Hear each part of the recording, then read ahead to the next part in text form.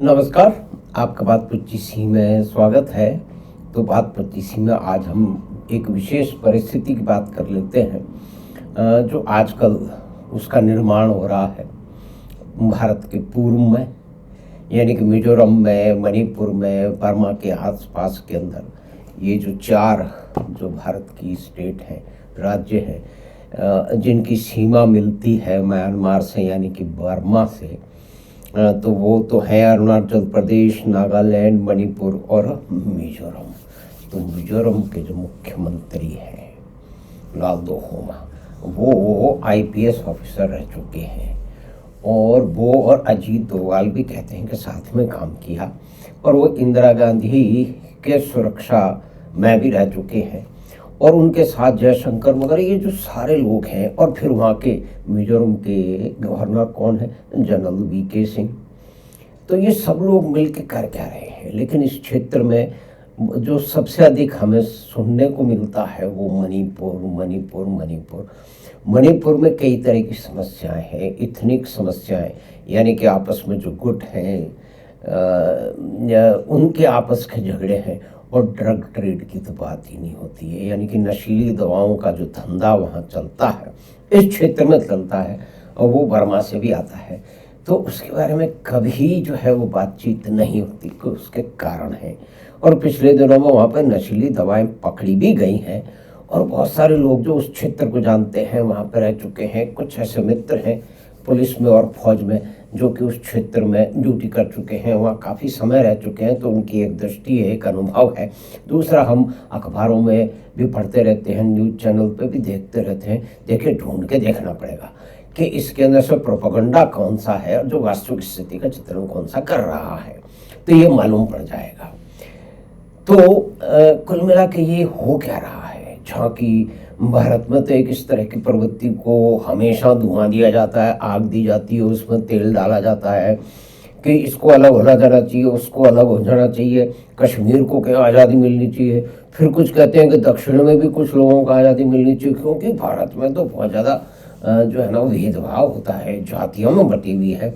लेकिन उसके उलट अगर कुंभ में 60 करोड़ लोग नहाए, किसी ने किसी की जाति नहीं पूछी, कोई भेदभाव नहीं हुआ, इतनी बड़ी भीड़ है तो कोई दुर्घटनाएं नहीं होनी चाहिए, लेकिन हो जाती हैं, इतनी भारी भीड़ होती है, तो हम विषय से भटक रहे हैं। कहने का मतलब ये है कि जहां भारत को बहुत सारे लोग अपने विशेष जो है वो कारणों के कारण, अपने षड्यंत्रों के कारण एक विभाजित, एक टूटता हुआ राज्य, एक संस्कृति और एक बिल्कुल ही जो है वो अप्रेसिव जो है वो समाज की जो है वो धारणा बनाते रहते हैं, जो कि पूरी की तरह से खोखली है, झूठी है। वो अगर इसमें म्यांमार मिल गया भारत में, देखिए इसकी बातचीत शुरू हुई है। अब पिछले कुछ ही दिनों से ये सामने आना शुरू हुआ है, अधिकतर लोगों को इसके बारे में शायद जानकारी भी नहीं है। हम लोगों को भी कुछ ही दिन पहले से ये जानकारी मिली। फिर ये देखिए कि ओहो, भारत से तो कश्मीर अलग कर देना चाहिए, ये बहुत सारे विद्वान कहते हैं। कुछ दक्षिण में भी कहने लगे हैं कि ये हो जाना चाहिए, और उनको हवा देने के लिए बहुत सारे जो है वो गोदी मीडिया, असली गोदी मीडिया को लगा हुआ है। लेकिन देश का गोदी मीडिया अभी म्यांमार के बारे में ज़्यादा कुछ नहीं बोल रहा। कौन लोग बोल रहे हैं जो कि किस पढ़ाई करने में या कि इन चीज़ों पर नज़र रखते हैं, वो लोग बोल रहे हैं। तो आप देखिए, लालदोहोमा, अजीत डोभाल, जयशंकर, जनरल वीके सिंह, ये सब मिल करके वहाँ पे जो उपेक्षित रहा है अब तक पूर्व, उसमें कर क्या रहे हैं। तो ये जो लालदोहोमा जो हैं, ये आईपीएस ऑफिसर हैं, जैसा कि हमने पहले चर्चा की, और इन्होंने एक इनविटेशन दे दिया है, और इनके यहाँ से कुछ ऐसी चल रही है, और वो गवर्नर साहब को बता के गए, और उन्होंने जाकर के रिप्रेजेंटेटिव ने वहाँ पे जो कि चिन समुदाय है उसको निमंत्रण भी दे दिया है ना, कुकी, चिन और जो।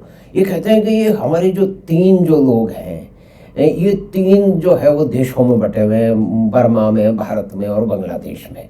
तो ये एक साथ क्यों नहीं मिल जाए। और देखिए बर्मा में यानी कि म्यांमार में आर्मी का रूल है, लेकिन पूरा क्षेत्र उनके कंट्रोल में है नहीं। वहाँ बहुत सारे जो है वो उपद्रवी है, या कि कहते हैं कि उनका झगड़ा चल रहा है वहाँ की सरकार से।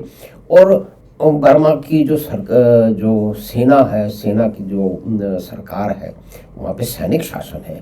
वो भारत को कई कामों के लिए कि आप जो है वो उकसा रहे हैं और उनको सपोर्ट कर रहे हैं, इस तरह की बातें की जा रही हैं।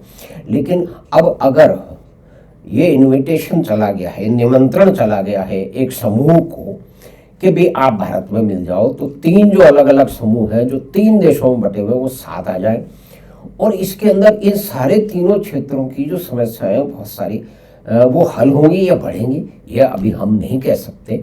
लेकिन देखिए भारत की जो सीमाएं हैं वो बढ़ जाएंगी, तो उससे हमारे देश के बहुत सारे बुद्धिमान लोग हैं जो तथाकथित प्रगतिशील हैं, उन्हें कितना बड़ा धक्का लगेगा। यानी कि तो नैरेटिव यानी कि कथा बिल्कुल ही उल्टी हो गई। तो अभी भारत में म्यांमार यानी कि बर्मा मिलेगा, उसके साथ मर्ज होगा या नहीं मर्ज होगा, उस परिस्थिति के निर्माण में और कौन सी चीज़ें सामने आएंगी। कुछ हो सकता है पॉजिटिव हो, कुछ नेगेटिव हो, क्योंकि ये बहुत ही कॉम्प्लेक्स सिचुएशन है।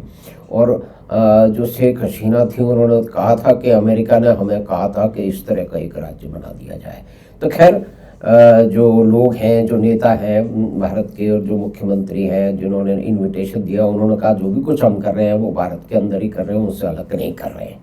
यानी कि हमारे जो पृथकतावादियों हैं, उन्हें पृथकतावादियों को हवा देने वाले पत्रकार हैं, बुद्धिजीवी हैं, पेंटर हैं, लेखक हैं, समीक्षक हैं, उन्हें बड़ा धक्का लगेगा। लेकिन देखिए ऐसा है कि ये परिस्थिति का निर्माण हो रहा है। आगे क्या होगा, कैसे होगा, कब होगा, ये अभी भविष्य के गर्त में है। उसके बारे में भी हम फिर से बात करेंगे। और इन दिनों जो है वो बर्मा भारत से कब अलग हुआ और उसमें अब तक क्या क्या होता रहा है, उस पर भी एक अलग से चर्चा करेंगे। तो हम आशा है कि म्यांमार भारत में मिलेगा या नहीं, उसका विलय होगा या नहीं, कितने का विलय होगा, किन परिस्थितियों में होगा, कब होगा, उस पर एक चर्चा का आरंभ किया है। हमें आशा है कि बातचीत आपको पसंद आई होगी। तो आप चैनल बात 25 को सब्सक्राइब करें और लिंक अपने मित्रों और परिवार के साथ साझा करें। हम आपसे फिर मिलेंगे बात 25 के अगली बात में। धन्यवाद, नमस्कार।